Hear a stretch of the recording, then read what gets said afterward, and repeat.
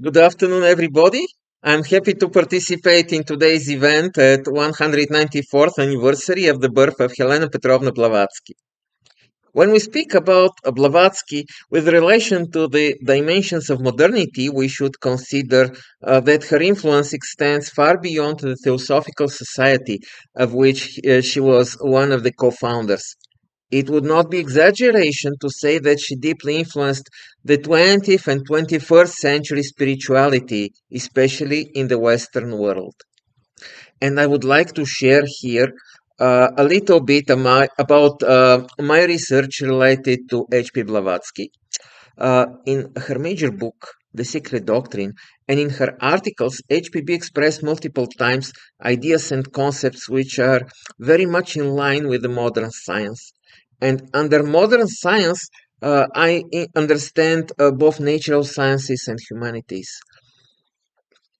and the relationships between them. Indeed, for Blavatsky, natural sciences and humanities were closely related.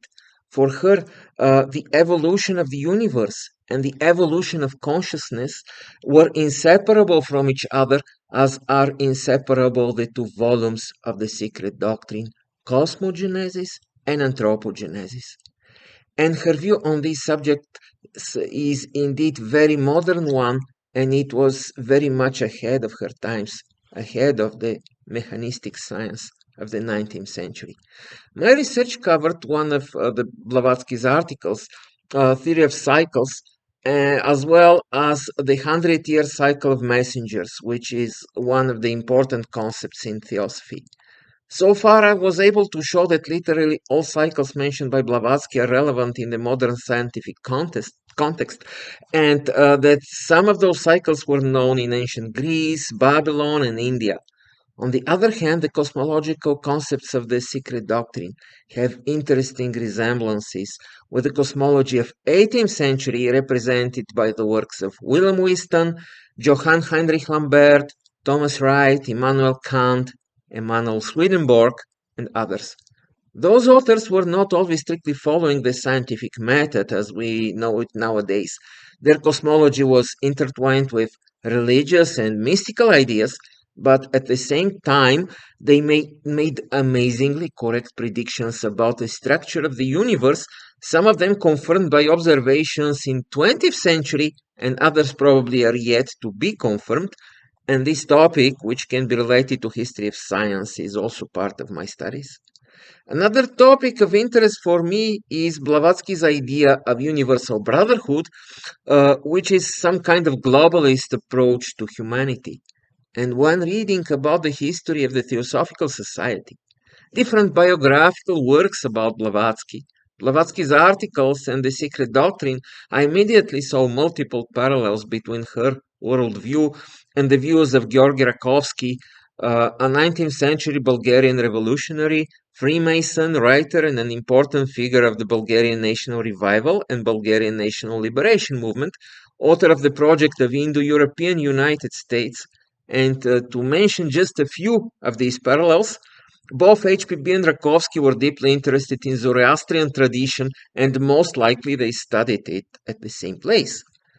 Both HPB and Rakovsky presented to the world books which they claimed to be from ancient origin and to contain ancient knowledge, and both were rejected by the academic circles of their time. Both wrote in very similar terms about the worship of Surya in 19th century Bulgaria and its relationship with the religion of ancient India. Both studied ancient Indian scriptures.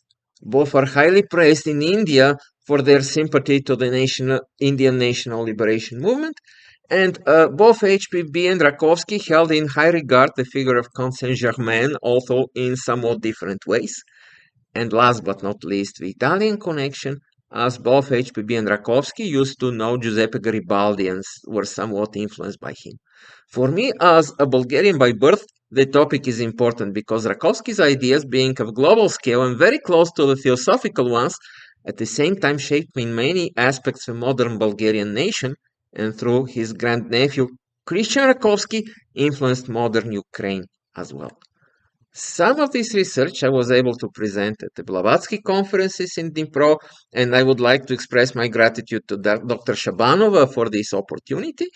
And recently, I translated my talks into English, and they were published in this small book. About Rakovsky and on some other topics which I don't have time to cover today, I was able to make presentations at Theosophical History conferences organized by Dr. Santucci, Leslie Price, and Erika Georgiades. All of this is a work in progress, and if the Institute of World Culture finds those topics to be within the scope and of its goals and mission, I would be happy to participate in its activities. Thank you for the attention.